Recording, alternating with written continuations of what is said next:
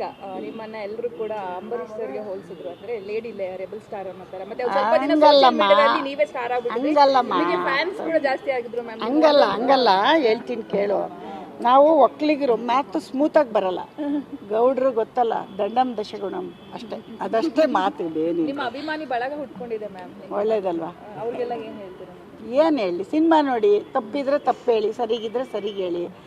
ನಮ್ಮ ಎಲ್ಲ ಪ್ರಯತ್ನನ ಆಡಿಯನ್ಸ್ ಕೊಡಬೇಕು, ಕೊಡ್ತಾರೆ ಅನ್ನೋ ನಂಬಿಕೆ ನನಗಿದೆ. ಯಾವ ಸಿನಿಮಾನೂ ಬಿಟ್ಟಿಲ್ಲ, ಎಲ್ಲ ಸಿನಿಮಾ ನೋಡ್ತಾರೆ.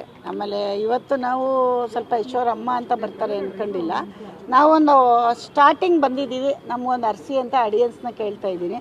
ನೀವು ಎಲ್ಲ ಚೆನ್ನಾಗಿ ಬೇಡದಿರೋದೆಲ್ಲ ಸೇರಿಸಿ ಬರಿಬೇಡಿ, ಒಳ್ಳೇದು ಬರೀ. ಅದು ಅದ್ರ ಬಗ್ಗೆ ನಾನು ತಿಂಕು ಮಾಡಿಲ್ಲ, ನೋಡುವಿಲ್ಲ. ನೀವು ನೋಡಿ ಹೇಳಿ, ನೀವು ಹೇಳಿದ ಮೇಲೆ ಗೊತ್ತಲ್ಲ. ನಿರ್ಮಾಪಕಿಯಾಗಿ ಈ ಥರ ನಿರ್ಮಾಪಕರು ಬರಬೇಕು ನಮ್ಮ ಕನ್ನಡ ಇಂಡಸ್ಟ್ರಿಗೂ. ದೊಡ್ಡವ್ರು ಬರಲಿ, ಅವರು ನಮ್ಮ ಕನ್ನಡದಲ್ಲೂ ರಾಮಾಯಣ ಮಾಡಲಿ ಅಂತ ಹೇಳ್ತೀನಿ. ನಮ್ಮ ಕನ್ನಡಕ್ಕೆ ಮಾಡಲಿ ಫಸ್ಟ್. ರಾಧಿಕಾ ಇಲ್ಲ, ಅಮೆರಿಕದಲ್ಲಿದ್ದಾಳೆ, ನೋಡಿರ್ತಾಳೆ. ಹೇಳಿದ್ಲು, ಅತ್ತೆ ಮಾಡ್ತಾರೆ ಬಿಡು, ಅತ್ತೆ ನಮ್ಮ ಯಜಮಾನ್ರಿಗಿನ್ನ ಫಾಸ್ಟ್ ಅಂತ ಹೇಳಿದ್ಲು.